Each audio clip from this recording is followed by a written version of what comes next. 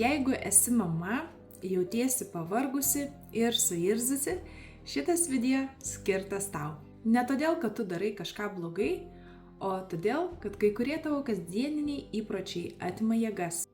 Tapus mama, dažnai save pamirštam, galvodami tik apie vaikus, šeimą, darbus ir save pastatom kažkur viso to gale. Ir tada galvojam, kodėl aš tokia pavargus? Na juk nieko tokio ypatingo nevyksta. 5 kasdieniai įpročiai, kurie kenkia mamos savijautai. Pirmiausia, rytas prasideda ne sau, o vaikams. Net 5 minutės ryte, kol visi dar miega, gali tikrai padėti nukreipti dieną puikia linkme. Nueikite prie lango, pažiūrėkite pro langą, pagerkite natūralios šviesos.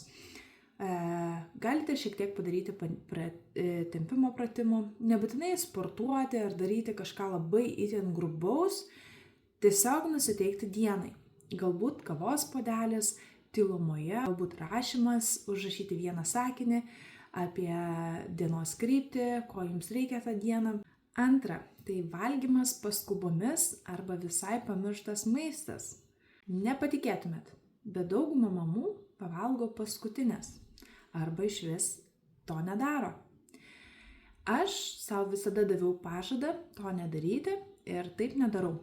Mama yra pats pagrindinis taškas vaikui.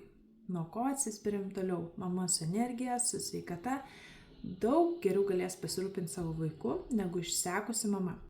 Taip pat pasekmes, kurios išsivysto dėl tokio prasto mitybos plano, tai energijos trūkumas, dirglumas, silpnumas, išsekimas. Reguliarus valgymas yra nelepinimas savęs, tai yra būtinybė. Trečia, tai įtampa kūne. Na, gal dažnai pastebite, mamos kūnas labai dažnai būna įsitempęs. Pečiai viršų, kaklas įtemptas ir daugelis mamų gyvena su įtampa kūne, to net nepastebėdamos. Kas iš to gali išsivesti? Galvos skausmai, prastas miegas ir visi kiti susiję fiziologiniai dalykai. Kelios minutės tempimo pratimų ir gilaus kvėpavimo jums tikrai padės jūsų kūnui. Ketvirta. Na, dažnai pastebiu, kad mamos slepia savo emocijas. Aš tokia pat irgi buvau. Ir taip pat sakau jums to nedaryti. Mama dažnai turi atrodyti stipri, kad jinai viską gali, kad jinai nepavargsta. Bet būkim nuoširdžios. Mes ir pavargusios, ir ne viską galim padaryti pačios. Tad įvertinkim šitą situaciją tikrai nuoširdžiai.